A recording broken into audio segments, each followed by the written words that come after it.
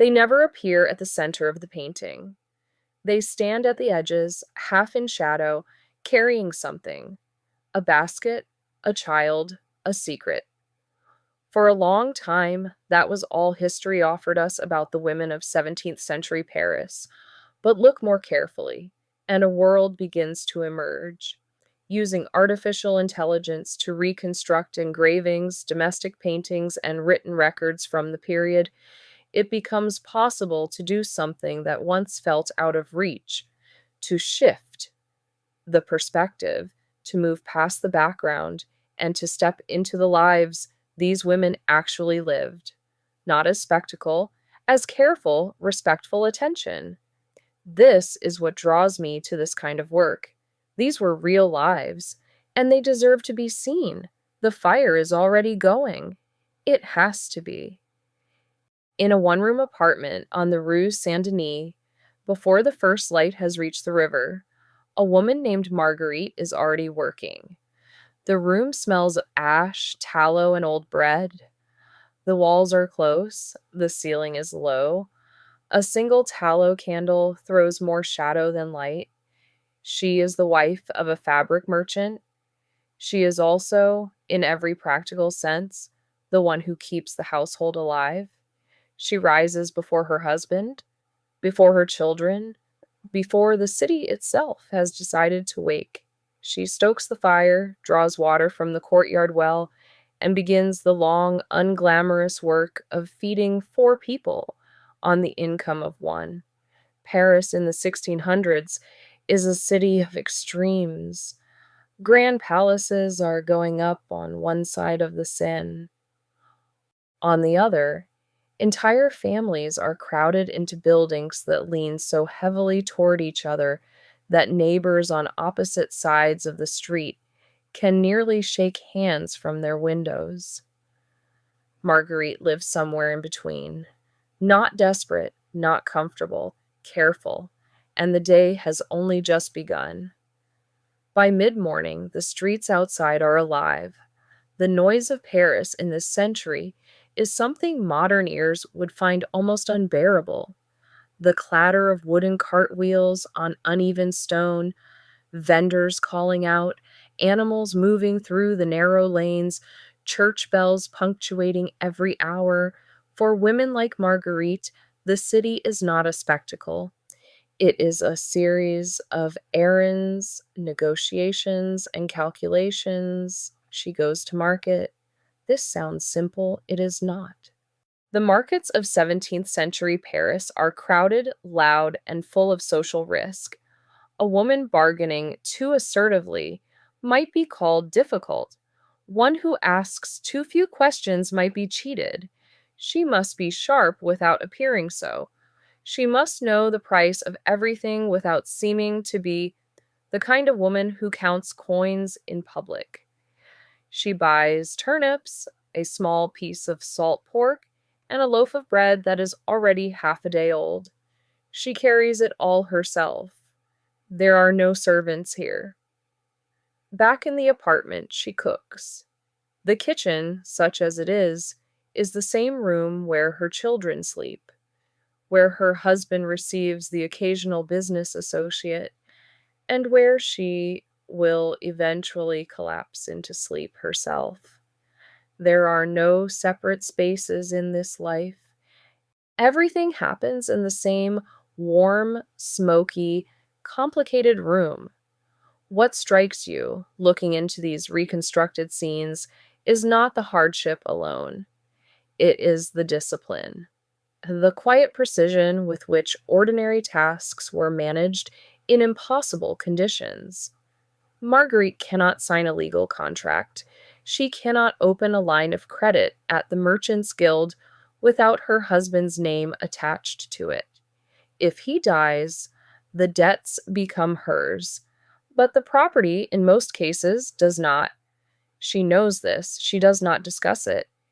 It is simply the shape of the world she lives in, and yet she is not powerless, far from it. In the informal economy of the city, women operate with a kind of authority that the official records almost never capture. They run stalls. They manage household accounts with precision that would impress a modern bookkeeper. They negotiate with landlords, with tradesmen, with a local priest.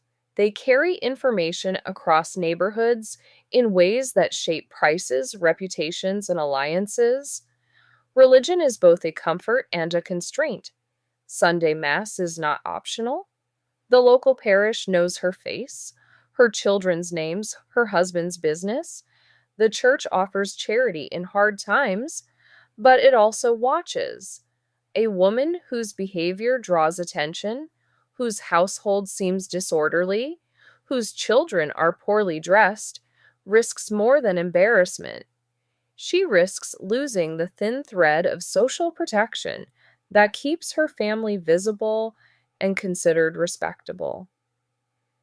There is tension in this life that never fully lifts.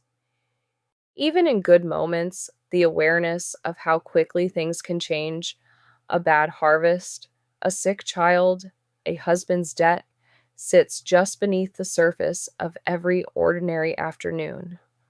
Not all the women of 17th century Paris lived within these careful boundaries. Some pushed against them quietly or not so quietly. There were women who ran printing shops, who managed inns, who worked as midwives and held extraordinary power in the most private moments of other women's lives. There were women who, widowed young, discovered that death had given them a legal standing marriage, had denied them, and who used it. There were women who entered convents not out of pure devotion, but because the convent was one of the few places a woman could receive an education, hold administrative authority, and live a life organized around something other than someone else's household. And there were women who wrote. Not many, not openly, but they wrote. Letters, diaries, instructions for running estates, occasional poetry passed hand to hand among a small circle. These fragments survive in archives, many of them still being cataloged, still being read for the first time in centuries. When AI tools bring these documents back into view, sharpening faded ink, reconstructing torn pages, mapping handwriting to context, the effect is something close to a voice returning. Not dramatic, quiet, but real. These women were trying to leave a record, even when no one was asking them to. Step back from the apartment on the Rue Saint Denis. Step back from the market stalls, the tallow candle, the smoky room where everything happens at once. Look at the pattern of it. Across this city, across this century, and then across the centuries that came after. What you see is not a simple story of suffering. It is something more complicated. It is the story of women who built lives inside extraordinarily narrow spaces, who found ways to matter in systems that were designed to make them invisible, and who did so with a practicality and endurance that history has, for a long time, failed to name properly. Much has changed. The legal rights that Marguerite did not have are now, in many parts of the world, protected. The physical conditions of her daily life, the cold, the labor, the dependency, have been transformed by technology and law in ways she could not have imagined. And yet, the impulse to minimize the work that happens in domestic spaces, to overlook the intelligence required to manage a household under pressure, to treat women's everyday labor as background rather than subject, that impulse has been slower to change. History does not only live in palaces and battlefields, it lives in the room where the fire is already going before the city wakes. It lives in the hands of a woman who counted every coin carefully, who fed 4 people on the income of one, and who left almost no trace, except, if you look closely enough, everything. If there's another time or place you'd like to see reconstructed, a century, a city, a particular kind of woman's life, leave it in the comments. These stories are waiting to be found.